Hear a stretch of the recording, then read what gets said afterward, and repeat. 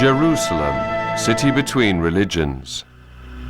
נשא דבר השם על ישראל, נאום השם, נוטה שמיים ויוסד ארץ, ויוצר רוח אדם בקרבו. The word of the Lord concerning Israel, who stretched out the heavens and founded the earth and formed the spirit of man within him. Lo, I am about to make Jerusalem a cup of reeling to all the peoples round about. On that day I will make Jerusalem a heavy stone for all the peoples. All who lift it shall grievously hurt themselves. These words of the prophet Zechariah hang like a sinister threat over the stones of this city. They are heavy with the hopes and longings of generations who for thousands of years have sought God within these walls. No other place in history has so constantly inspired people's imagination or evoked such strong feelings, far beyond its physical boundaries. In no other city has religious tradition been concentrated into such a small space, such a compact maze of narrow streets and buildings. Pious legends seem to have attached themselves to every wall, and still today members of three great religions come here on pilgrimage.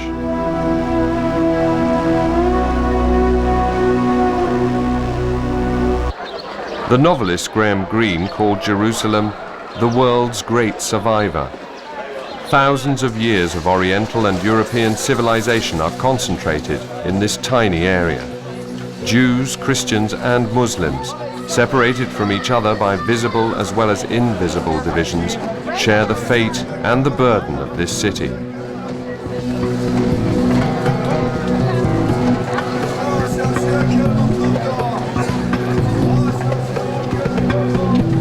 A stream of humanity flows continuously day in and day out past the traders' stalls. This is the Arab quarter in the old city.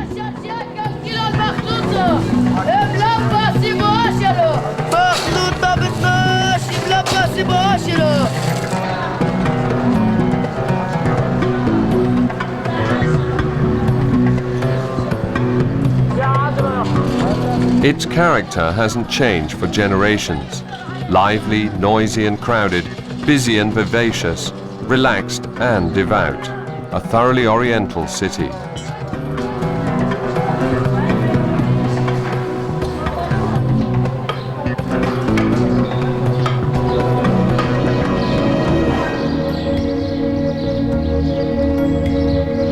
This is the Jewish quarter.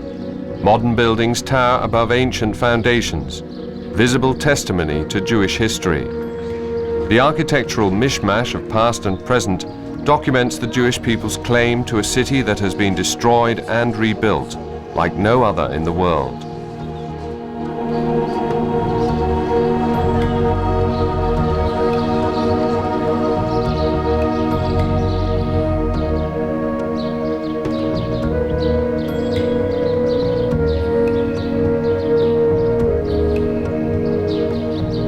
This quarter was virtually destroyed during the Independence War of 1948.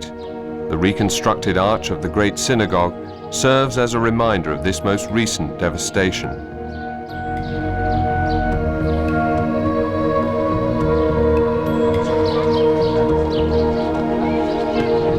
Every Friday evening at the start of the Sabbath, the narrow streets and steps are briefly filled with people dressed in black. Many of them are first-generation immigrants who live here in order to be close to the Jewish religion's holiest sanctuary, the Wailing Wall.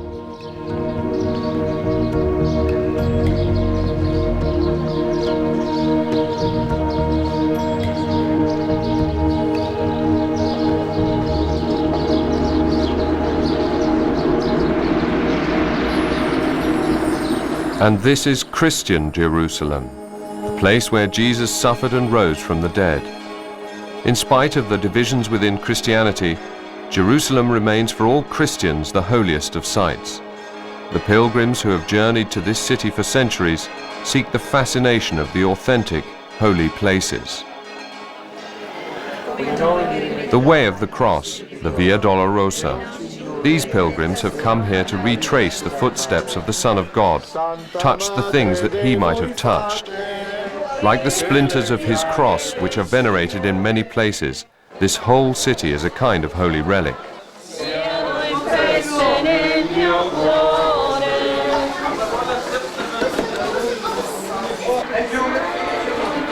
For long stretches, the Via Dolorosa loses its way in an oriental bazaar.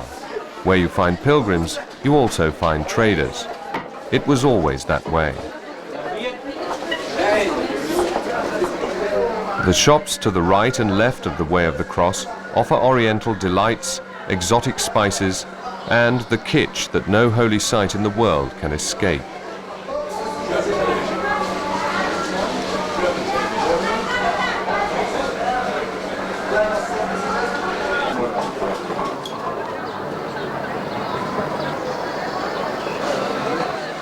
But this too is Jerusalem, a young city living by the rules and to the rhythms of Western consumer societies. Jerusalem is a constant contradiction, where the present is challenged by the past, politics by religion, and legislation by the word of God.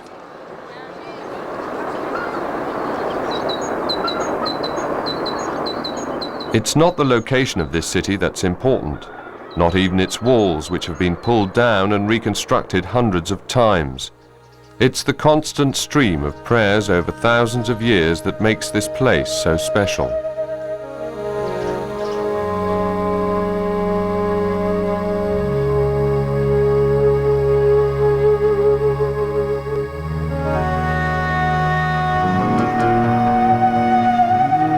The desert, said the French writer Ernest Renan, is monotheistic.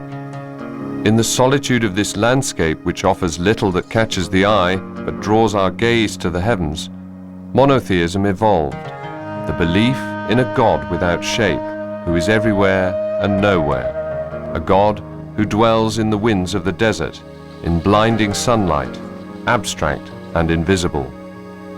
He is the God of the shepherds and nomads who have traversed these barren wastes and harsh valleys for thousands of years. Here you find evidence of human settlements reaching back to the Stone Age.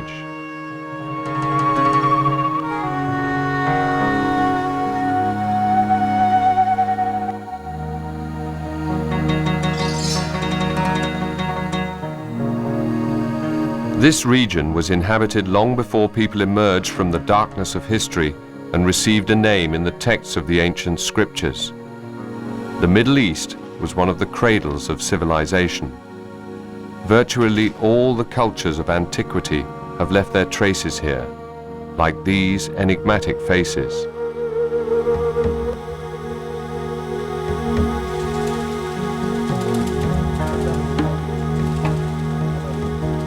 In the long desert nights, tales were told, passed on from generation to generation. Memories of ancestors who came to this land long ago.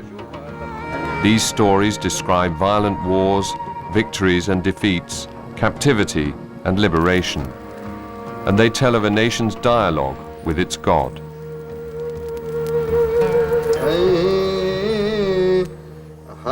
In the texts of the ancient scriptures, figures emerge from the distant past, like Abraham, of whom it's said, he made a covenant with the God of the desert. God tested Abraham and said to him, "Take Isaac, your only son, whom you love, and go to the land of Moriah, and offer him there, upon one of the mountains of which I shall tell you."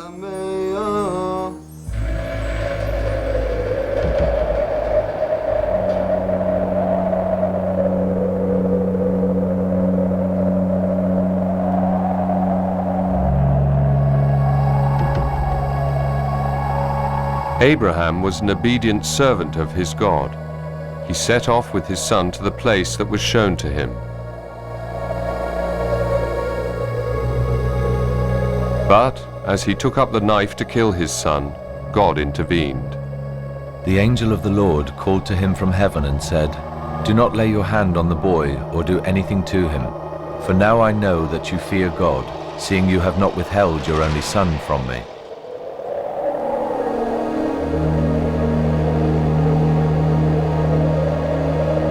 And Abraham called the name of that place, "The Lord sees," as it is said to this day. On the mount of the Lord he will be seen.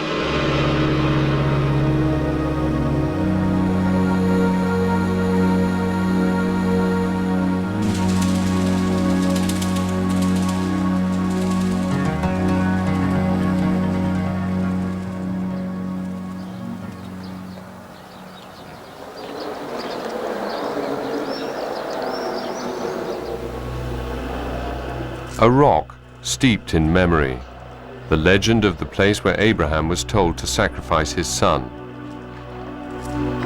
That command has made this rock the cornerstone of three great religions. Where once the Jewish temple stood, the Islamic Dome of the Rock now rises in splendor.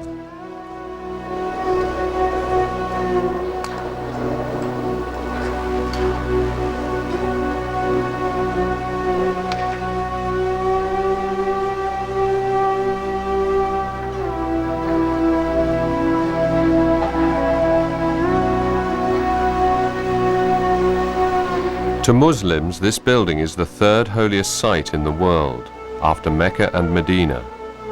They believe it's the place from which Muhammad ascended to heaven on his winged steed. Like the old Jewish temple, the Dome of the Rock is a huge, empty space. Islam has always viewed the representation of living creatures as blasphemy.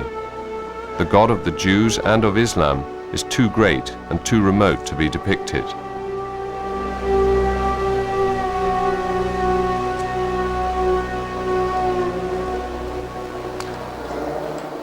Steps lead down to a grotto under the rock. Perhaps it was once a water reservoir, but perhaps it was also an ancient place of sacrifice. In Arabic it's called the Fountain of Souls. According to Islamic tradition, the departed souls gather here to pray. And if it's very quiet in the grotto, they say you can sometimes hear the river of paradise.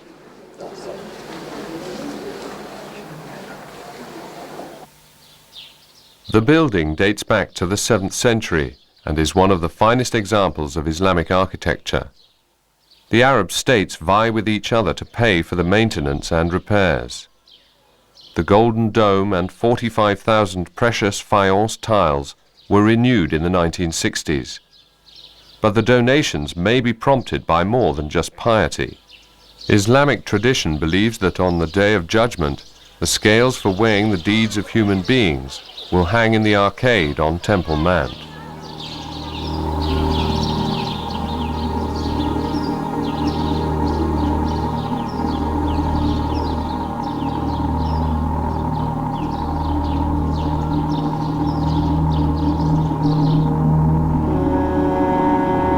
Temple Mount must lie at the center of any map of the world's religions.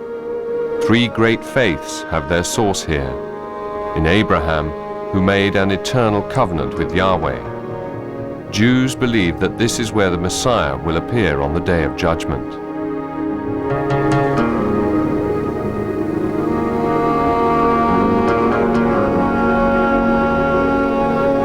The Islamic shrine built over the Jewish temple, associated by Christians with Jesus, lies at the center of the State of Israel. It's a place where religious feelings and historical claims become hopelessly confused.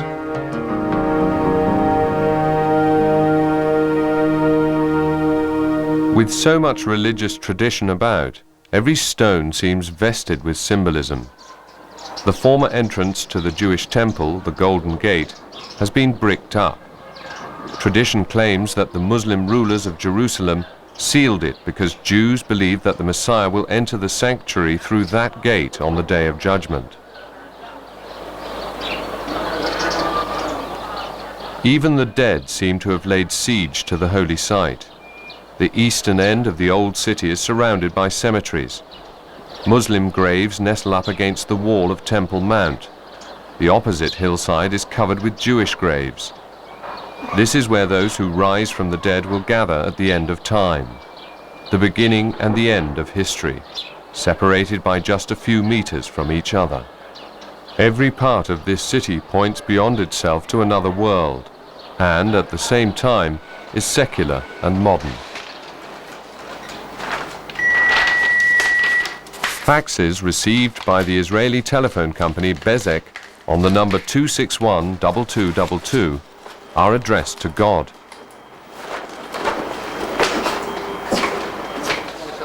And God has an address in Jerusalem. 3 times a week an official delivers the faxes to that address, the Wailing Wall. This remnant of ancient masonry, which the tides of history have left intact, has become the focus of Jewish piety. That's why the hopes and desires of faithful Jews all over the world are directed to this site.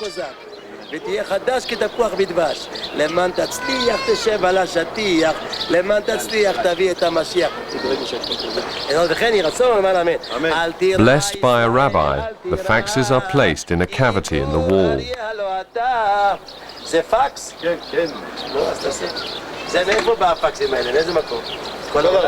The gaps between the huge blocks of stone are crammed with thousands of little notes.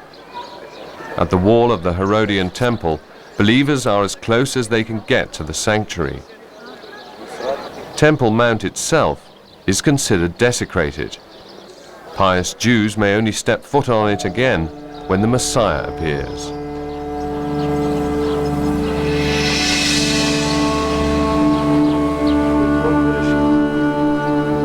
In no other city are there so many people whose days are filled with prayer. Rabbi Yaakov, whose forefathers came from Yemen, goes down to a valley outside Jerusalem to pray. He too has written a letter to God, but he says he hasn't found anyone to deliver it yet. In the Jewish tradition, a rabbi is a biblical expert, an interpreter of Holy Scripture. Generally, he has studied at a yeshiva, a Bible school. Yaakov is also a professional scribe. He writes marriage contracts and liturgical texts on small scrolls of parchment, and they're not cheap. The skilled calligrapher uses a quill. Hebrew script, the language of the Bible, has hardly changed in thousands of years.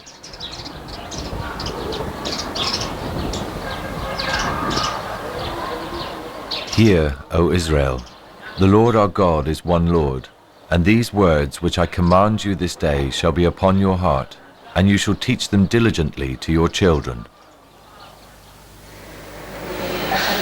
These words from the book of Deuteronomy bind the believing Jew to obey God's law. These parchment scrolls, discovered at Qumran on the Dead Sea, are the oldest extant copies of the Torah, or Law of Moses. These words have proved more durable than the walls of Jerusalem.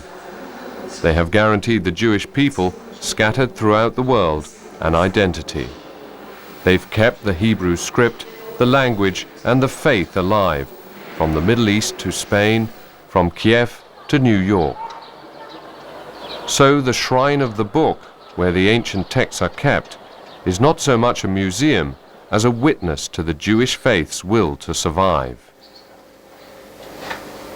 We make a leap of thousands of years. The Torah, or Law of Moses, has been handed down in an endless chain of transcription. It contains exactly 300,850 letters written by hand on parchment scrolls several meters long. As they're very valuable, one tries to conserve them for as long as possible. Here in the Ot, or Letter Institute in Jerusalem, they are restored. Torah scrolls are sent here from all over the world. Some of them, like the one being worked on here, are several hundred years old.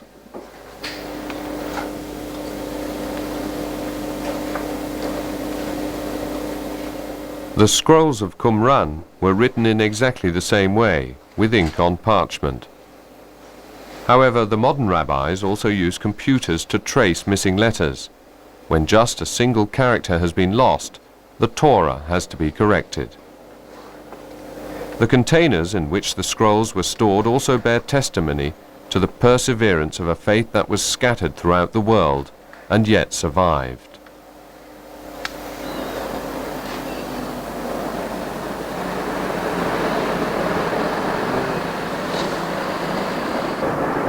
From a distance, the district of Mea Shearim looks like a European city. It was constructed in the 1920s, one of the first settlements of Jewish immigrants outside the old city of Jerusalem. Now it's home to the ultra-Orthodox. Time appears to have stood still here.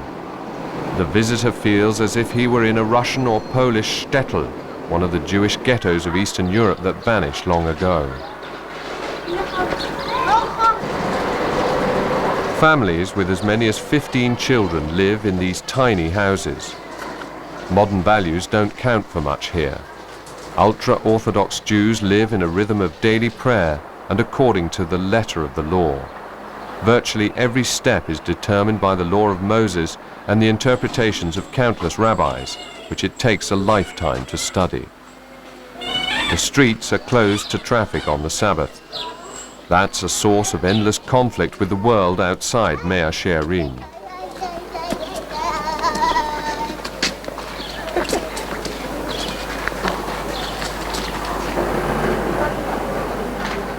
On the morning before Passover, the district is bustling. The heads of households hurry to burn the chamas, or leavened bread and other food, which it's forbidden to eat or store during the days of the festival.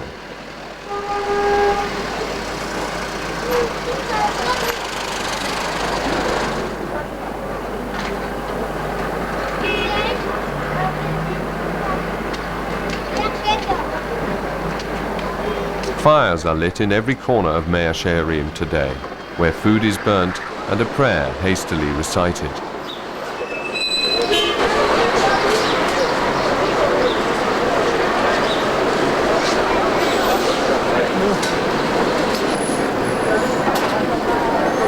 Another ritual in preparation for Passover is making the crockery kosher. You'll see huge steaming pots on the street corners, where kitchen utensils, plates, cups and cutlery can be sterilized. According to the law of Moses, all objects that come into contact with food have to be cleaned in boiling water before they can be used at Passover.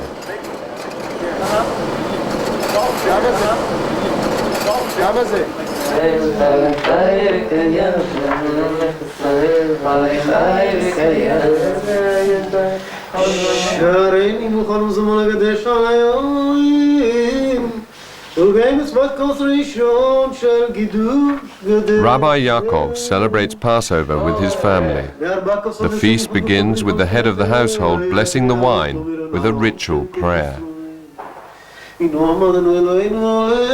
Blessed are you, Lord our God, King of the universe, who creates the fruit of the vine. Blessed are you who has chosen us from among all people and exalted us above every tongue and sanctified us with your commandments.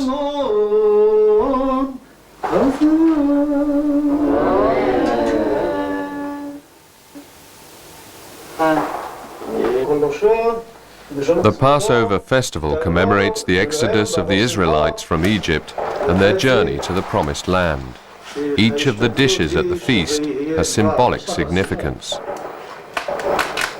The matzo, or unleavened bread, recalls the hurry in which the Israelites had to leave. A mixture of apple, nuts and cinnamon symbolizes the clay bricks that the Israelites had to make when they were slaves in Egypt. A bitter herb like parsley, soaked in salt water, serves to commemorate the tears that were shed during the exile.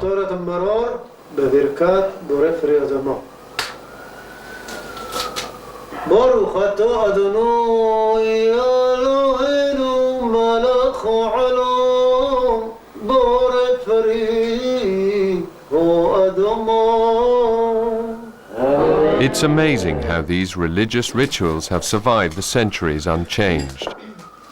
1,000 years are like a day, says the psalmist. That was never more true than in Jerusalem.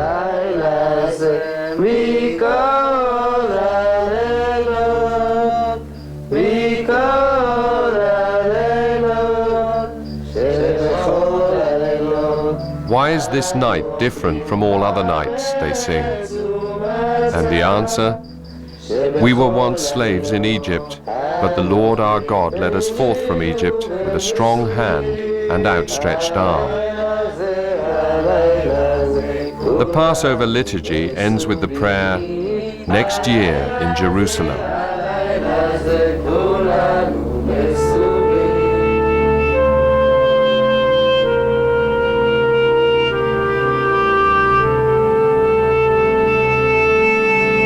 The history of the Jewish people is a story of repeated exile and return to a land that was often promised but seldom owned. The tens of thousands who came to Palestine at the end of the Second World War laid claim to a country and a city in which other people had been living for centuries. When divine promises become secular claims, conflict is inevitable. That's the tragedy of this city. So much blood has been spilt here. In just the past 60 years, no fewer than 3 wars have been fought here.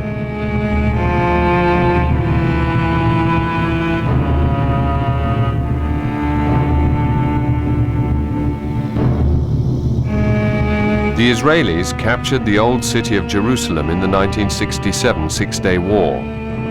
This photo of Israeli paratroopers standing in front of the Wailing Wall for the first time in their lives touched people around the world.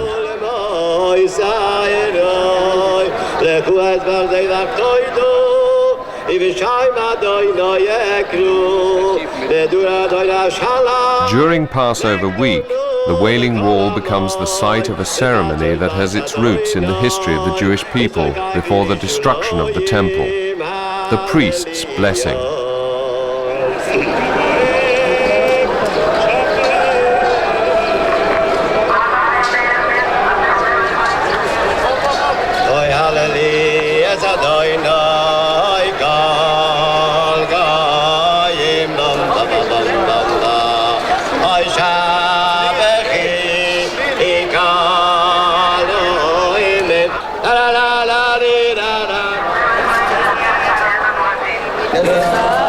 After the complete destruction of the Jewish state by the Roman cohorts in 135 AD, the Jewish people and its priests were scattered throughout the world.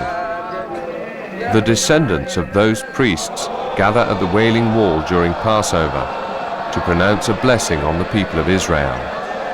According to Jewish tradition, people with the surnames Cohen or Khan are descended from the priestly caste.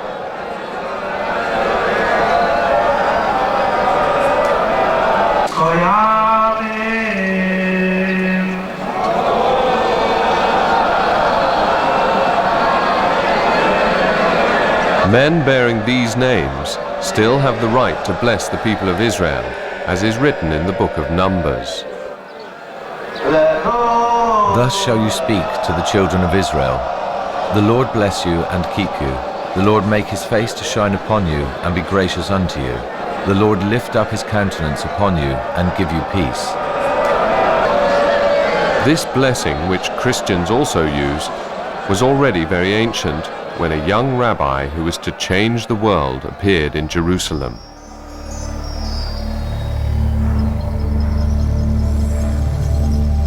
The young man's name was Jesus. He stood up against the worldliness of religion and attracted attention when he threw the traders out of the temple.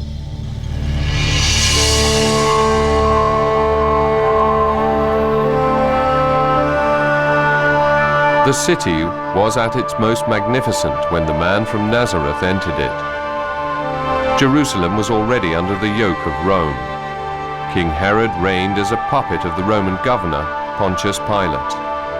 Herod was a man who didn't hesitate to murder his closest relatives, but he transformed this provincial city into an impressive metropolis.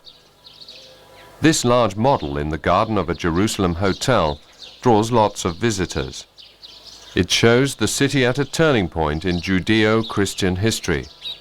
The accurate and detailed reconstruction is based on archaeological research.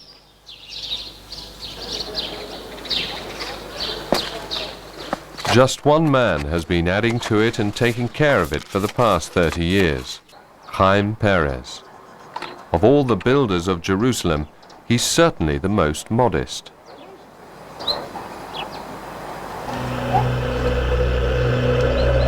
The rabbi named Jesus celebrated the Passover with his closest friends.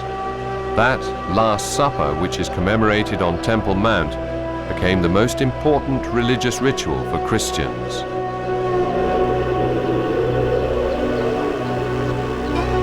He took bread, gave thanks, broke it, and gave it to them, saying, "This is my body, which is given for you. Do this in remembrance of me." This is where Jesus is believed to have spoken these words.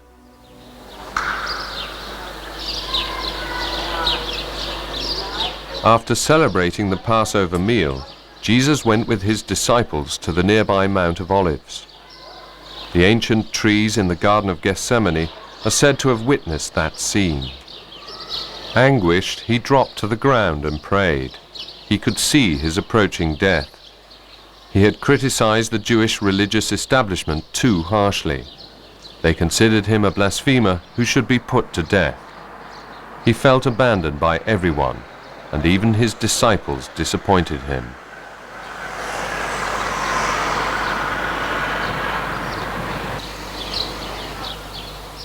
He came to the disciples and found them sleeping. And he said to Peter, "Could you not watch with me 1 hour?" And for the second time he went away and prayed, "My Father, if this cannot pass unless I drink it, thy will be done."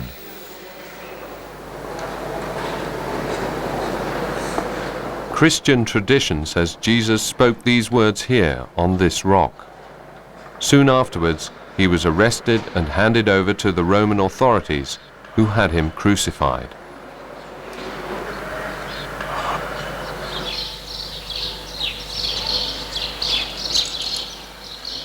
Dominus flavit, the Lord wept. That's the name of this little chapel on the Mount of Olives. Jesus is believed to have looked down on Jerusalem from here and prophesied the city's destruction. Do you see these great buildings? There will not be left here one stone upon another. This prophecy from Mark's Gospel refers to the sacking of Jerusalem and the destruction of the temple by the Romans in 70 AD. The proud Jewish nation had defied Rome. The empire's reaction was swift. The temple, the houses, the city walls were all destroyed. The population was exiled or enslaved. Jerusalem would never rise up against Rome again. But the cross, the Romans' instrument of execution, became the symbol of a new religion.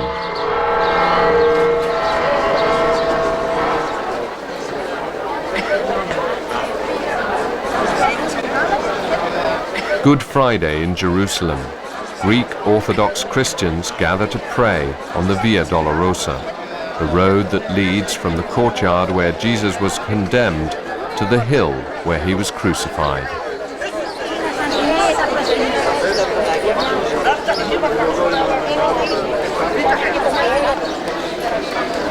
This scene is repeated year after year. The procession degenerates into a kind of mass hysteria. Everyone tries to get as close as possible to the cross. It requires dozens of policemen to contain the highly emotional crowd. Anything to do with religion in this city is more likely to get out of control here than anywhere else in the world.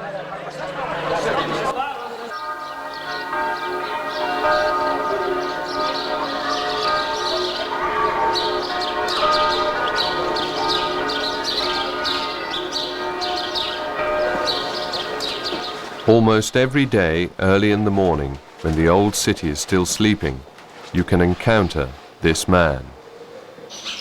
Waji Nusiba is on his way to work. He carries out a very exclusive task, which his family has performed for 800 years. Mr. Nusiba is the doorkeeper at the Church of the Holy Sepulchre. The door ceremony is complicated, as you might expect. A monk who has been locked up in the church overnight hands a ladder to Waji Nusiba's assistant.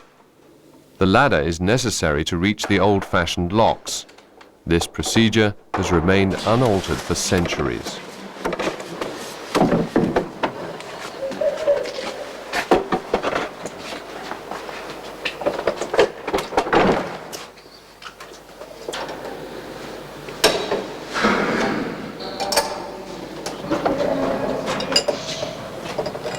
Like all his predecessors, Waji Nusiba is a Muslim, an impartial custodian on disputed territory.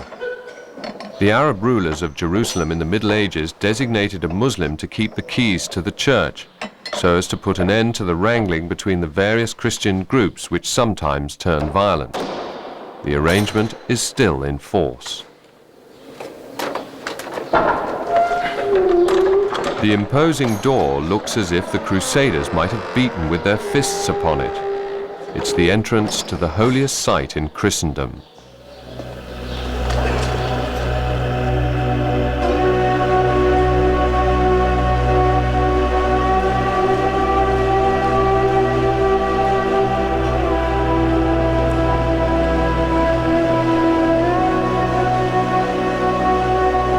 When they came to a place called Golgotha, which means the place of the skull, they offered him wine to drink, mingled with gall.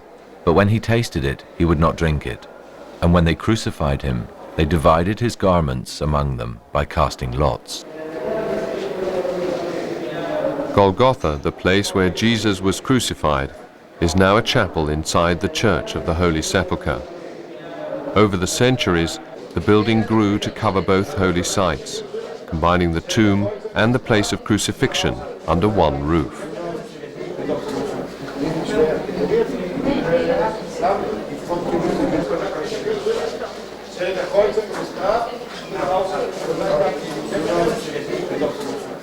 The two sites are at the end of the Via Dolorosa, the conclusion and climax of every pilgrimage.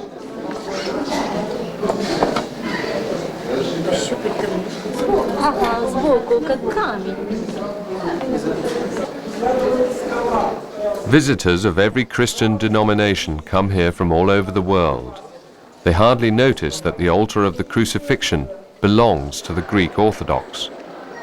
No less than 6 different Christian communities share the Church of the Holy Sepulchre in a complicated system of rites. They all jealously guard the status quo, regulations laid down by the Ottoman rulers. Each community has the right to bless the entire church with incense once a day.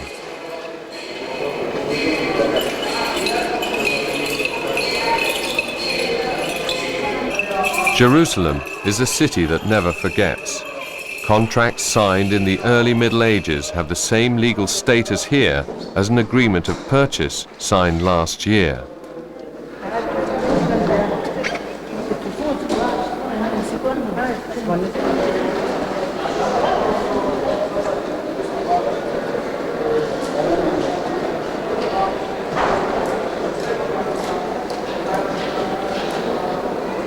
A mere stone's throw away from the place of the crucifixion, the tomb of Jesus is venerated. The first church was built on this site in the 4th century, during the reign of the Christian emperor Constantine.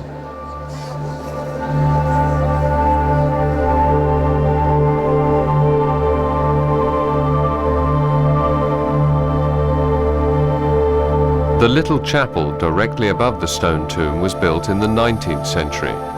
This is the climax of every pilgrim's journey, the holiest site in Christendom, the place where Jesus rose from the dead. Of the many stony corners that faith clings to, this is probably the most authentic. Archaeologists have established that there truly is a tomb here, dating back to the time of Jesus.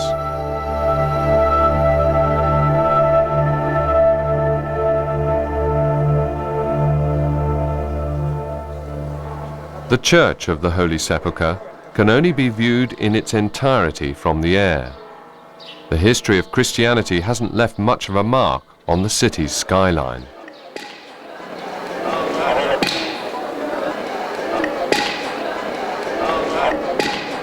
And it's not the largest Christian communities, but the oldest that have precedence here. The Armenian Orthodox Church, one of the very oldest, holds sway in Christian Jerusalem, second only to the Greek Orthodox.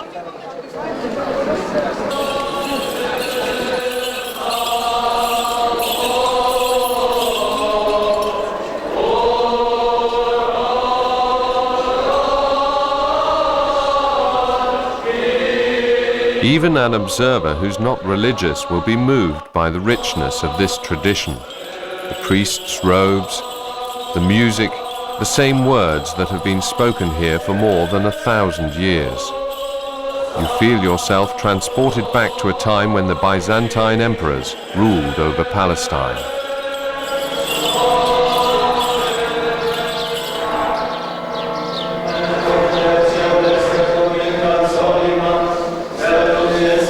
The Franciscan order has represented the Catholic Church, or as it's called here, the Roman Church, since the days of the Crusaders.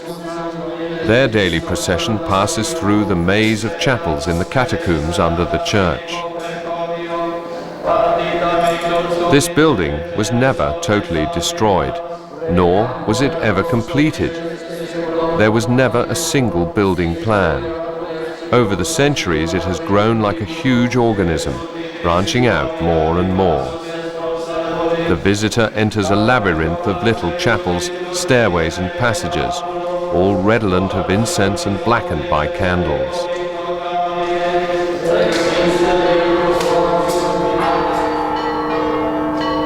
Even the roof of the church belongs to somebody. This is the site of an Ethiopian monastery. It consists of tiny cells accommodating about 20 monks. The Ethiopian Christians are the smallest community holding rights to the Church of the Holy Sepulchre. In the strict rhythm of their monastic life, they live isolated from the rest of the church. Inside, the monastery, which is strictly closed to the public, looks like a small African village. It's hard to imagine that these alleys and gardens are built on a church roof.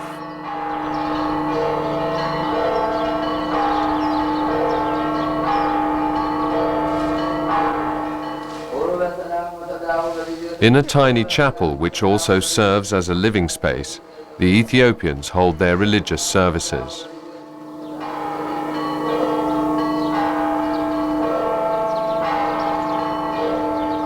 In spite of all the problems of who's in charge of what in the house of the Lord, this church symbolizes the international diversity of the Christian faith.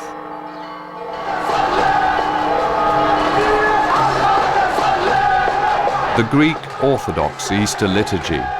The faithful erupt with joy at the resurrection of Christ. There's a carnival atmosphere.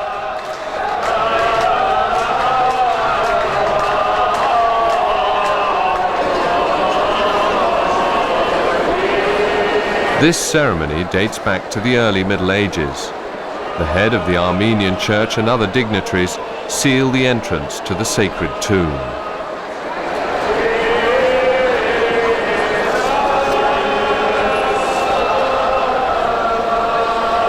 Then the Orthodox Patriarch leads a procession around the tomb 3 times.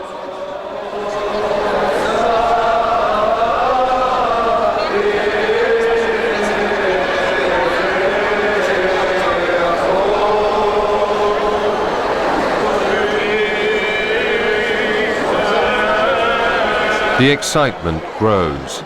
The Patriarch has entered the tomb alone to pray.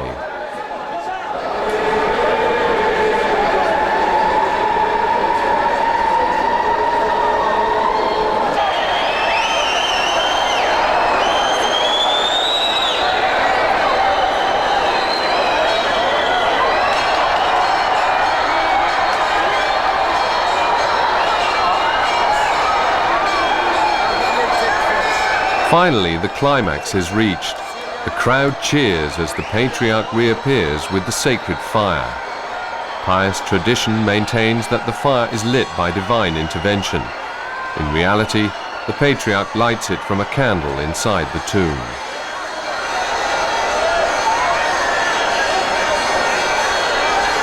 But that doesn't dampen the crowd's enthusiasm. Everyone tries to light a bundle of 33 candles, one for each year of Jesus' life, from the sacred flame.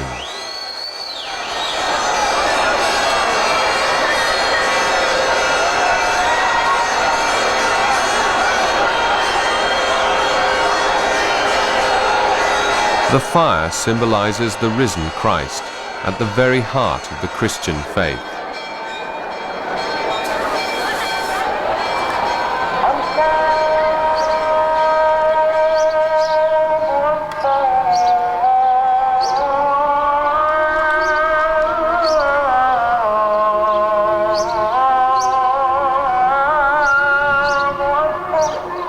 Allahu Akbar, Allah is great.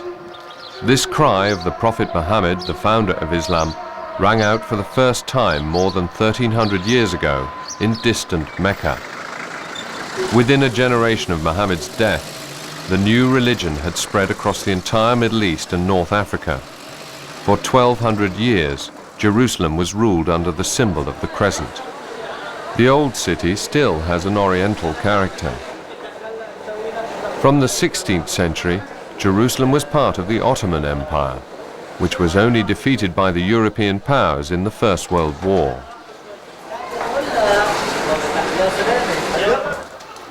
It's not the only political system that got lost in the confusion of these streets.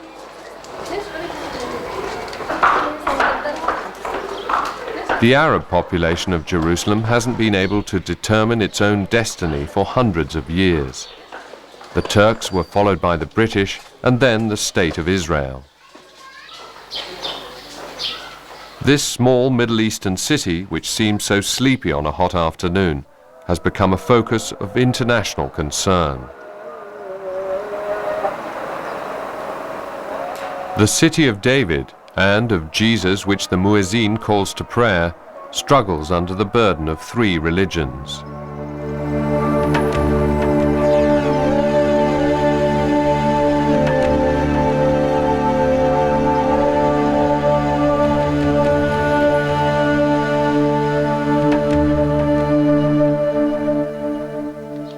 There aren't many residents of Jerusalem who move as easily between the various cultures as Waji Nusiba, the Islamic keeper of the keys to the tomb of Christ. On Eid al-Kabir, one of Islam's holiest days, he takes his children to morning prayers. Tens of thousands stream up to Temple Mount. Eid al-Kabir, the day of sacrifice, commemorates the story of Abraham and Isaac. All three religions share this common heritage.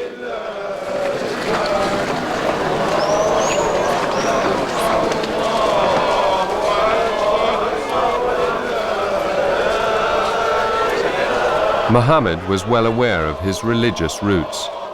He didn't view himself as the founder of a new religion. His aim was to reform the religion of Abraham. Jesus is also part of Islamic teaching. Muhammad called himself the seal of the prophets, the conclusion, the last word in the long history of proclaiming the one God.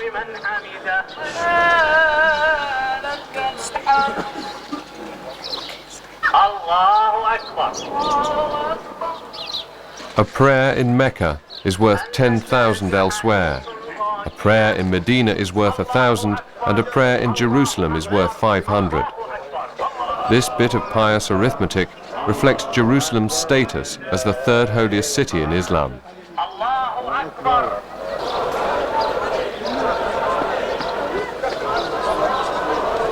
It's customary on this holy day, after attending morning prayers, to visit the graves of relatives.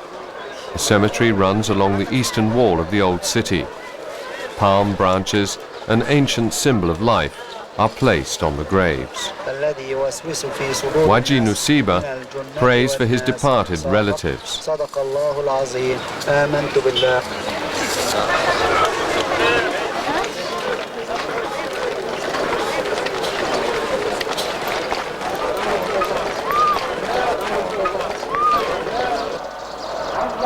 When God spared Isaac, Abraham sacrificed a ram in place of his son, as the Bible says. On Eid al-Kabir, Muslims celebrate this event. The Nusiba family, like many other Muslims on this day, slaughter a sheep to mark the fact that God no longer demands the sacrifice of sons.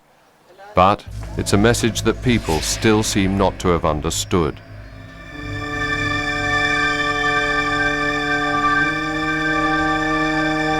Open your eyes, Jerusalem. You will cry out in pain like a woman in childbirth.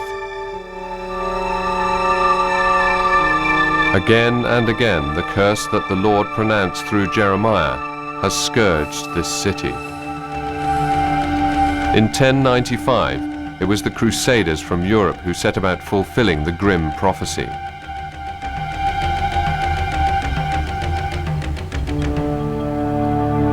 They came in order to rescue the city of Christ from unbelievers. Driven by a love of adventure and religious fanaticism, they stormed the city walls. To medieval Christians, Jerusalem was the center of the world, a city closer to heaven than to earth. The Crusaders made short work of the city's defenders, who sought refuge in the maze of streets. The victors had finally achieved their aim after a long and arduous journey, and in the frenzy of success, they showed no mercy. They slaughtered almost the entire population of Jerusalem. The massacre raged for 2 days. It was one of the most terrible in the city's history. The period of Christian rule was no more than a short episode in Jerusalem's history.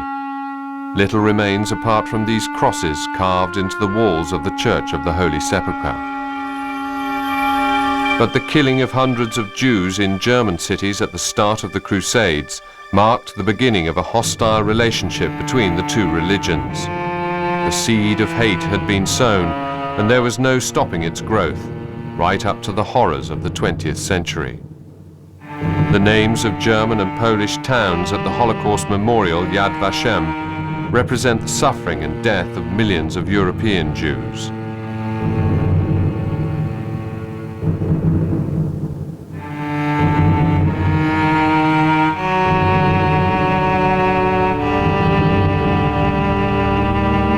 A labyrinth of stones commemorates the great number of Jewish communities in Europe. They represent the destruction of Jewish culture in Europe and, at the same time, the self-assertiveness of the people of Israel. It's no coincidence that the memorial has been built here in Jerusalem.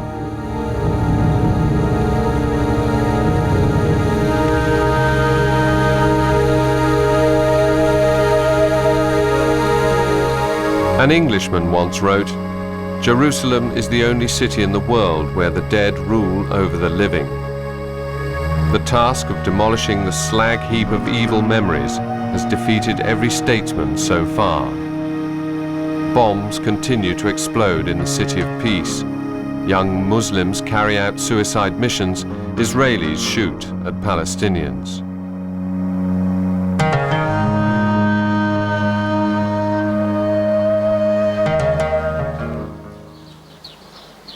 Meditating as he walks, Rabbi Yaakov comes to a valley outside the gates of Jerusalem.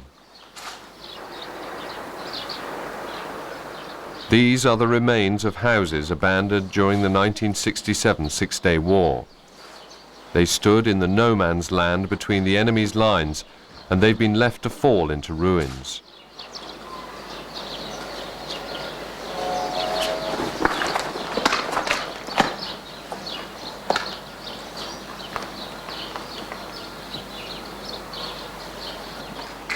Rabbi Yaakov comes here to pray for peace, for a city that has never found peace, though that's what its name means. Shalom, Shalom, Yerushalayim Shalanu, Shalanu, Shel kol adam ba'olam, Yerushalayim, Yerushalayim, Shalom, Shalom,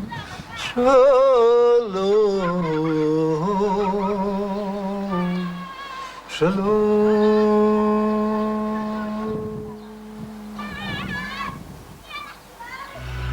I shall make Jerusalem a heavy stone for all peoples, says the Lord through his prophet. Who shall be able to lift it?